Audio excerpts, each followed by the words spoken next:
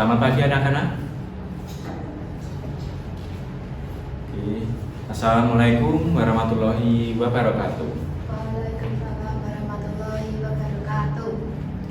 Bagaimana kabarnya anak-anak? Baik. Baik kalau Mas.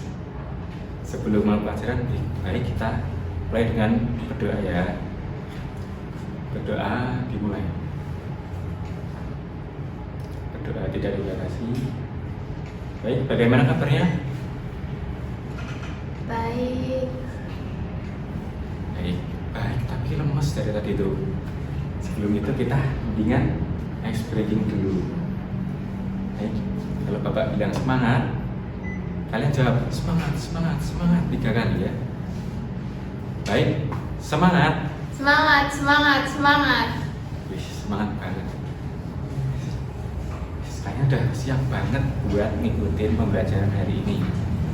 Baik, Bapak mulai ya presentasinya. Jadi pada hari ini kita akan belajar mengenai pengetahuan dasar kulit, di mana sekarang kalian sudah naik ke kelas 11.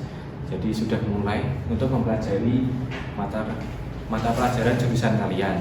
Yang pada sebelumnya kalian telah mempelajari mengenai dasar-dasar seni rupa. Sekarang kalian mulai masuk ke materi kulit ya.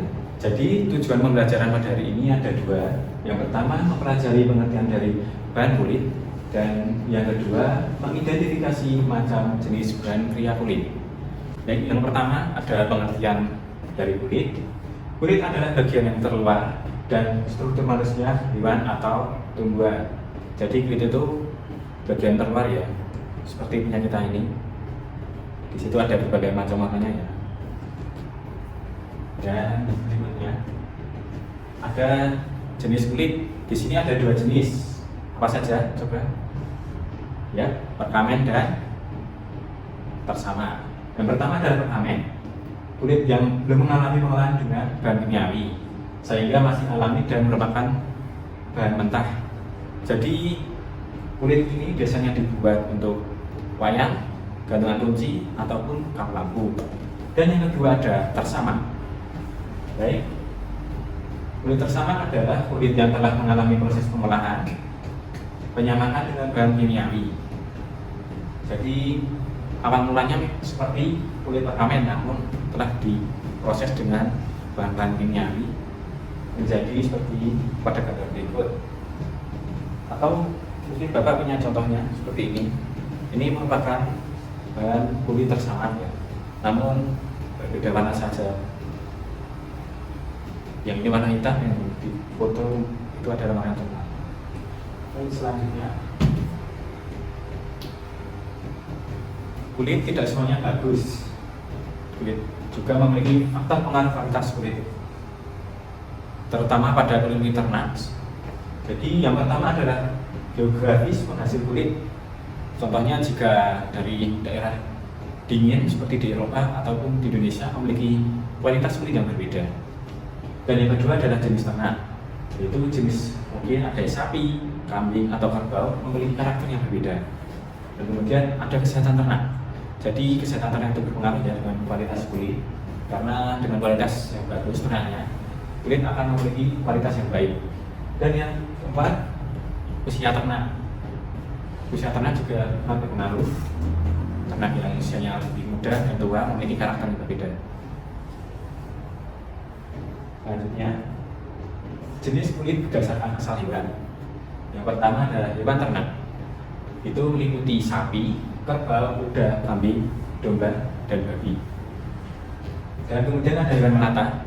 Ada buaya, biawak, komodo, ular, dan kodok. Dan kemudian ada hewan air, ikan pari, ikan kakap, dan ikan tuna. Dan kemudian ada hewan liar, gajah, dan harimau. Dan yang terakhir adalah jenis burung. Ada burung unta dan ayam. Jadi ada satu fakta menarik juga mengenai kulit, terutama pada segi harganya ya. Yang pertama itu kulit ternak itu lebih murah dibanding kulit yang bukan hewan ternak seperti buaya ataupun ular, karena itu sulit dikembangbiakkan, berbeda dengan hewan ternak.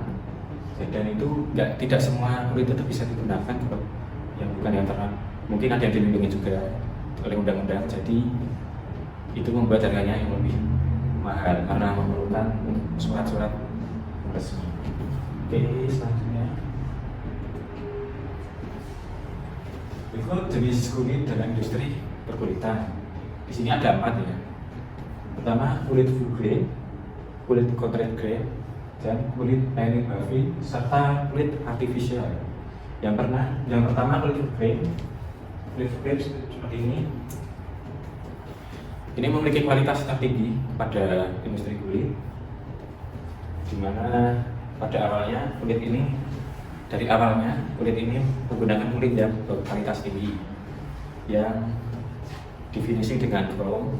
Kemudian ada kulit concrete grain, berbeda dengan kulit full grain. Kulit concrete grain punya kualitas yang sedikit di bawahnya.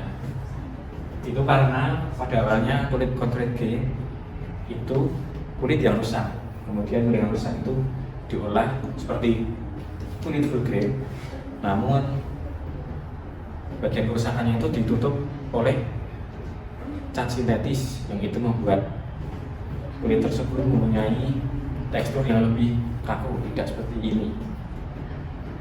Dan kemudian ada kulit lining buffy. Ini seperti dengan concrete grain, namun dengan bahan yang lebih ringan, dengan jenis sifat yang berbeda. Dan yang terakhir itu adalah kulit artificial.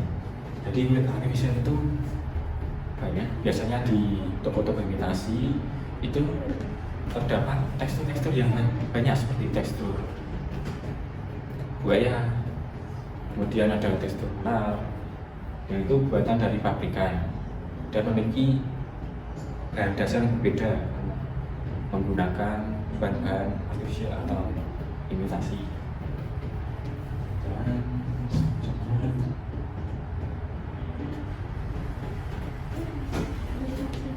Baik. Tapi setelah kita mempelajari banyak materi yang kita pelajari tadi, adakah yang bisa menyebutkan jenis-jenis kulit yang ada di pasaran? Masyarakat apa saja tadi? Benar, full grain, apa lagi? Concrete grain, dan apa lagi? Ya, benar, artificial. Sudah dapat ya, nanti kita ulangi lagi sebelumnya. Ya, masih kurang satu lagi, yaitu kulit lining buffy. Jenis kulit yang ada di pasar itu ada apa? Ada yang tadi sapi termasuk hewan apa dalam industri kulit? Ya, benar. Ya, untuk teman-teman yang apa? Tambahkan lagi, sapi termasuk hewan ternak ya. Seperti kambing, domba itu sebagai hewan ternak. Ya, hewan ternak itu yang ada di peternakan.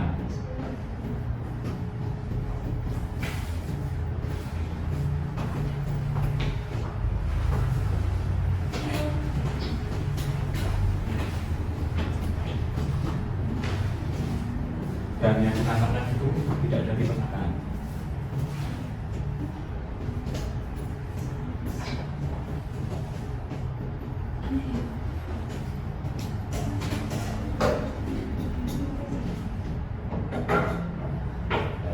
Tahu ya untuk perbedaannya. Dan sekarang untuk melanjutkan pembelajaran, mari kita mengerjakan aktiviti yang telah Bapak buat. Baik, di sini Bapak telah membuat soal yang berisi 5 soal kerja ya, namun panjang-panjang pastinya jawabannya. Jadi kalian harus mencarinya mungkin di internet, buku bebas dimanapun sumbernya, namun tidak boleh menilai karena ini sebenarnya untuk belajar. Jadi untuk soal yang pertama kita bacakan. Silakan kalian dapat mencari pada berbagai sumber mengenai pengertian kulit. Tuliskan pada kolom ini. Biar secara utuh ya, karena ini lumayan panjang. Dan kemudian ada nomor kedua, kalian harus identifikasi gambar pada tas tersebut. Ini termasuk kulit apa? Dan yang soal ketiga, sebutkan faktor pengaruh kualitas kulit, terutama kulit yang ternak. Yang keempat, buaya, berak, ular, merupakan hewan jenis apa? Dan yang kelima, soal terakhir, coba kalian jelaskan mengenai kulit vulve. Pastinya kalian sudah senang sekali untuk mengerjakannya karena memang soalnya ini tidak mudah, tapi tidak juga. Jadi saya bagian terlebih dahulu. Sebelum kalian mengerjakan, karena Bapak sedang ada tulisan di kantor, jadi Bapak tetap terlebih dahulu. Ya. Terima kasih telah berpartisipasi pada kelas hari ini. Semangat juga.